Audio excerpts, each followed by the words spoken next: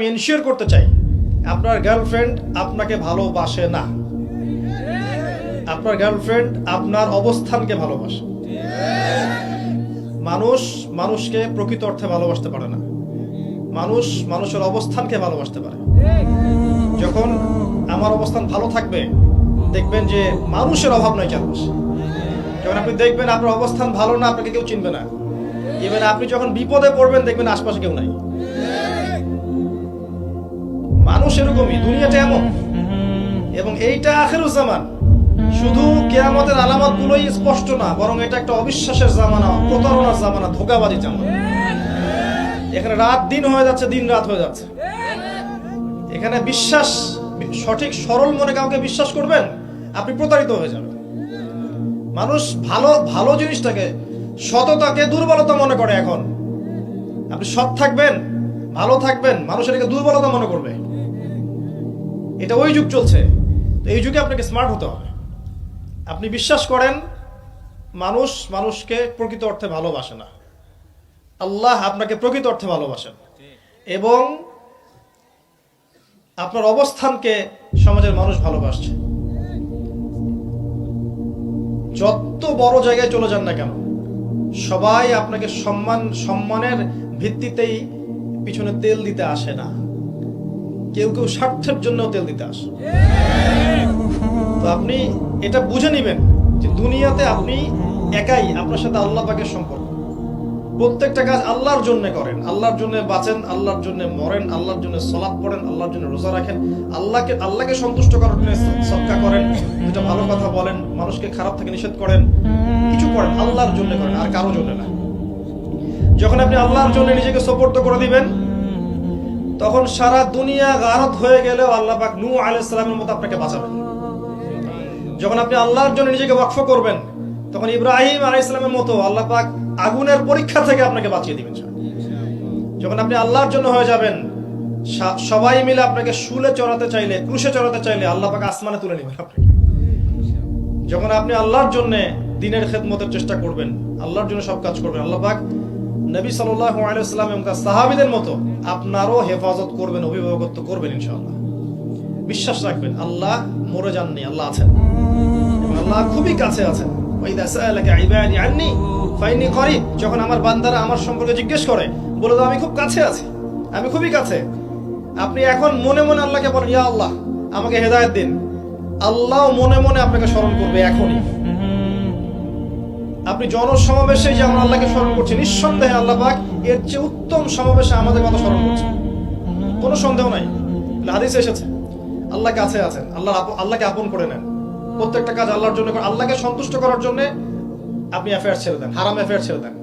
আপনি এই গিটার, এই ড্রামস, এই ব্যান্ড, হাবি জাবি যা লিপ্ত আছেন ছেড়ে দেন। মনে রাখবেন এইগুলোর মধ্যে প্রকৃত শান্তি নেই। প্রকৃত সুখ এবং শান্তি আছে কোরআনে এবং ইসলামের কাছে এবং রাসূল সাল্লাল্লাহু আলাইহি ওয়াসাল্লামের সুন্নতের কাছে।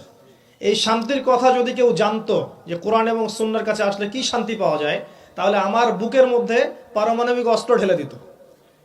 কথা বুঝতে পারছেন?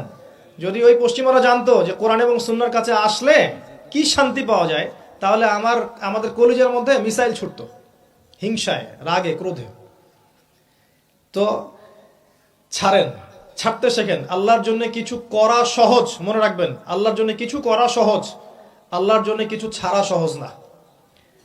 আপনি 5 ওয়াক্ত নামাজও পড়তে পারবেন ইনশাল্লাহ কাল থেকে, কিন্তু আপনি 2 বেলা গার্লফ্রেন্ডের সাথে কথা বলা আগে ছাড়েন। দেখেন কোনটা কঠিন কোনটা সহজ। আপনি রোজা হয়তো রাখতে পারবেন রমজান মাসে, আপনি আগে সিগারেট, এই যে গাঁজা, এই যে ইয়াবা, এই যে মাদক সব ছেড়ে দেখান যে আল্লাহর জন্য ছাড়তে পারেন কিনা। আপনি দান সাদাকা হয়তো করতে পারবেন, এটা সহজ। আপনি ঘুষ, দুর্নীতি, সুদ এগুলো ছেড়ে দেখান কোনটা কঠিন। অনেক কিছু করা সহজ, ছাড়া সহজ না।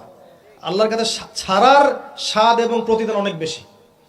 আল্লাহ পাক অবাক হবেন, আল্লাহ পাক সন্তুষ্ট হয়ে যাবেন ওই যুবকের প্রতি যে যুবকের খারাপ কোনো প্রবৃত্তি নাই। এই যুবককে দেখে আল্লাহ পাক অবাক হয়ে যান। অতএব প্রিয় যুবক ভাইরা, হারাম যা কিছুতে লিপ্ত আছেন আজকেই তওবা করে ফিরে আসেন। কালকের কোনো গ্যারান্টি নেই আপনার কালকের কোনো গ্যারান্টি নেই। এমন অনেক যুবক প্রতিদিন কবরে চলে যাচ্ছে, যারা আমাদের বয়সী, যাচ্ছে না? এই যে বাইকিং তো আপনারা পছন্দ করেন, আমিও পছন্দ করি, আমিও একজন বাইকার, আমি নিজেও একজন বাইকার। কিন্তু বাইক যারা বিভিন্ন জায়গায় রেস করেছেন, তারা বোঝেন যে নিরাপত্তা কাকে বলে। এক মুহূর্তের মধ্যে কিন্তু ডেড হতে পারে মানুষ, এমনও সিচুয়েশন আসে না বাইক চালাতে চালাতে? আল্লাহ পাক সেভ করেন, নিরাপত্তাকে দেন, আল্লাহ দেন। এই যে বাইকিং করতে করতে অনেক যুবক মারা যাচ্ছে না, এই যে রেস করতে করতে মারা যাচ্ছে না, সুইমিং করতে করতে মারা যাচ্ছে। কয়দিন আগে দেখলাম ফুটবল খেলতে খেলতে স্টক করে মরে গেল। এরকম হচ্ছে না? অসংখ্য যুবক। আর অনেক লড়াইয়ে হয়তো সামাজিক ক্রন্দল, পলিটিক্যাল ক্রন্দলে কত যুবক মারা যাচ্ছে না? তো যৌবন বয়স হলেই যে আমার কিছু হবে না এমন চিন্তা করার কোনো কারণ নেই। তো এখনই তওবা করে ফিরে আসতে হবে, পড়তে হবে আমার সাথে আস্তাগফিরুল্লাহ আল্লাযী লা ইলাহা ইল্লা হুয়াল হাইয়ুল কাইয়ুম ওয়া আতুবু ইলাইহি আস্তাগফিরুল্লাহ ওয়া আতুবু ইলাইহি আল্লাহুম্মা আনতা রাব্বি লা ইলাহা ইল্লা আনতা খালাকতানি আনা আবদুক ওয়া আনা আলা আহদিক ওয়া ওয়া'দিক মাস্তাতা'ত ووعدك ما استطعت أعوذ بك من شر ما صنعت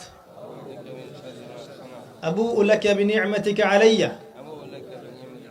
وأبوء بذنبي فاغفر لي فإنه لا يغفر الذنوب إلا أنت سيد الاستغفار তওবা করে আল্লাহর দিকে ফিরে আসেন।